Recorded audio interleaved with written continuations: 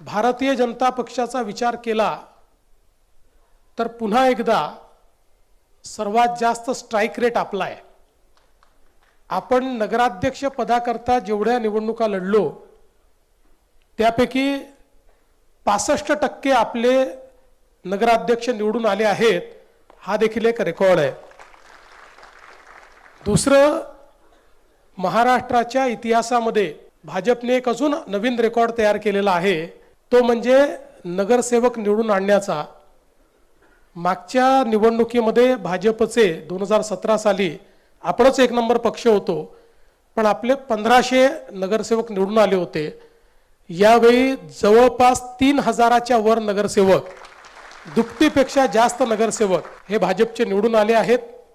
आणि 6 पक्ष, इतक्या आघाड्या, इतके अपक्ष, असं सगळं असताना एकूण नगरसेवकांच्या 48% एकट्या भाजपचे नगरसेवक महाराष्ट्रामध्ये निवडून आलेले आहेत।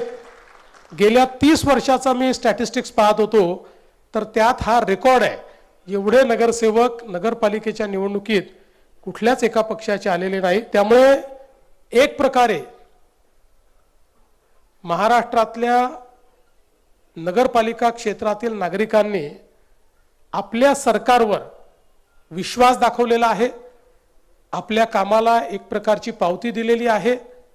आणि विशेषतः देशामध्ये आपले नेते माननीय नरेंद्र मोदीजी यांनी विश्वास आणि विकास याचं जे राजकारण तयार केलेलं आहे, त्याला प्रतिसाद हा प्रत्येक निवडणुकीमध्ये त्या ठिकाणी मिळतो आहे।